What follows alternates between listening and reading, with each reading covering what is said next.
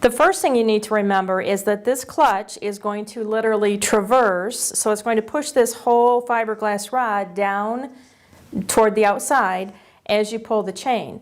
So when you start your shade putting this together, you need to make sure that the clutch is fully engaged, which means these spears are nice and tight up against the end of the clutch.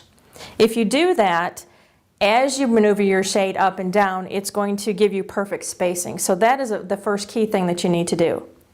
The next thing you need to do is really pay attention to your cord clips, not only the way they're put on the fiberglass rod, but also how you position the knot in that cord clip. Now I'm going to show you something about the cord clip. There are two sides to it.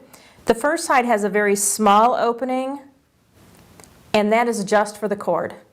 If I flip this over, the opening gets a little bit larger. It's larger because the cord knot is going to tuck into there to be nice and tight.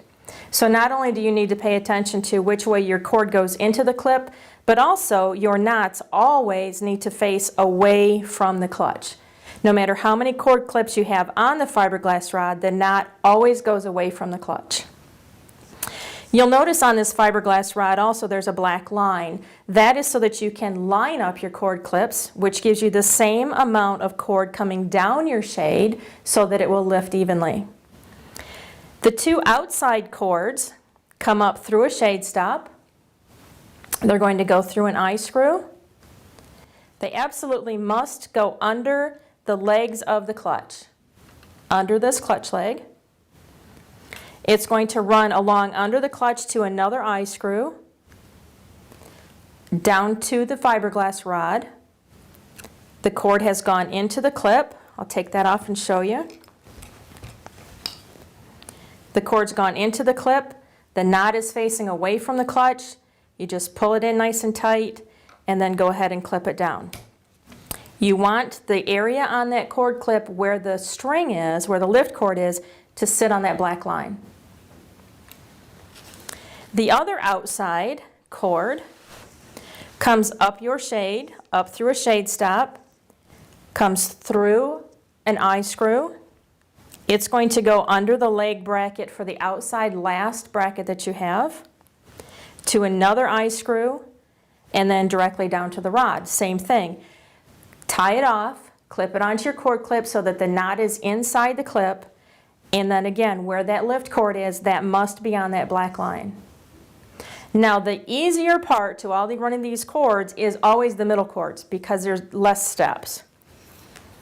They're going to come up your shade through your shade stop.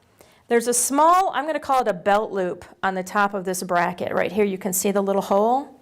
That cord absolutely must go from that shade stop through that belt loop before it goes to your cord clip.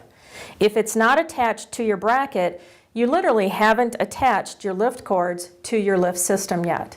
So this is a vital step to get it through that little belt loop, have it run across, and then to your shade clip. Now you'll notice that that particular shade clip is on backwards. It still has the knot facing away from the clutch, but the bottom where the lift cord is now under the black line, so it's twisted the other way. So you can see your outside lift cords always have the cord lift on the black line. Any inside lift cords are always upside down. Just the cord clip is upside down. The other thing you want to keep in mind, and this is probably the most common asked question, is where do I place those cord clips? Very easy. You need to have at least 3/4 of an inch. Need to move that one back over so it's right. At least 3/4 of an inch for every 60-inch length on your shade. That way, as the cord starts to roll around the fiberglass rod and this fiberglass rod traverses over, it's got room to not roll on top of itself. So it's very important, the placement.